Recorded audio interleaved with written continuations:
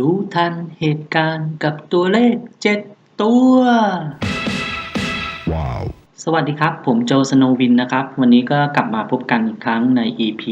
93งวดวันที่16มิถุนายน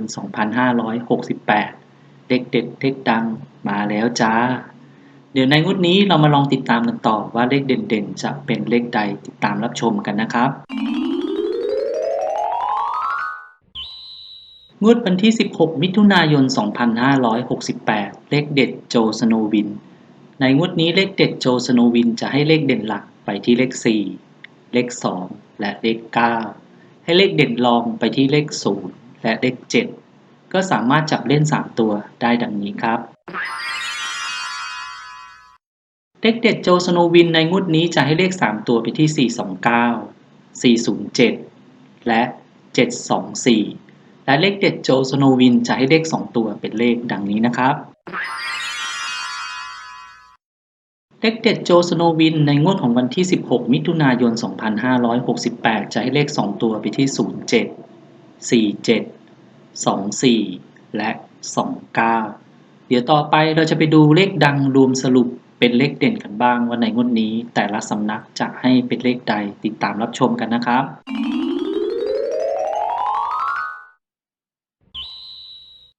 งวดวันที่16มิถุนายน2568เลขดังรวมสรุปเป็นเลขเด่นในงวดนี้เราก็จะตามกันไปที่เจาะใจลุงหวังเจาะใจลุงหวังให้เลขเด่นไปที่เลข4และเลข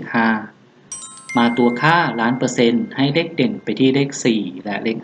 5ปักหลัก10ล่างให้เลขเด่นไปที่เลข2เลข4และเลข9ม้าสีหมอกให้เด่นบนไปที่เลข4และเลข9ให้เด่นล่างไปที่เลข3และเลข5อาจารย์หนูให้เด่นบนไปที่เลข2และเลข7ให้เด่นล่างไปที่เลข4และเลข9เจ้าพ่อปากแดงให้เลขเด่นไปที่เลข6และให้เลขรองไปที่เลข7นกตาทิพย์ให้เลขเด่นไปที่เลข9เลขดังรวมสรุปเป็นเลขเด่นได้เลขดังนี้นะครับ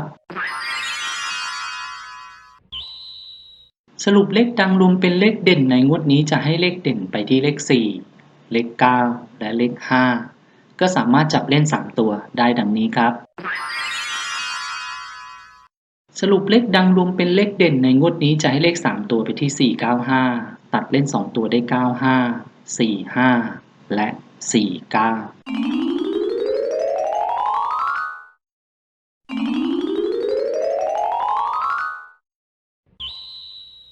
อภินิหารเลข4ธาตุทรงพลังให้เด่นดังปังที่สุดในงวดนี้มีเลข7และเลข9ความโชคดี794ให้งวดนี้มีแต่รวยผมก็ขอจบการนำเสนอรู้ทันเหตุการณ์กับตัวเลข7ตัว EP 93งวดวันที่16มิถุนายน2568ก็ขอให้เพื่อนๆทุกคนโชคดีถูกหวยร่ำรวยและขอฝากกดติดตามโจสโนวินกันด้วยนะครับขอบคุณเพื่อนๆที่ติดตามรับชมสวัสดีครับ Okay. Yeah.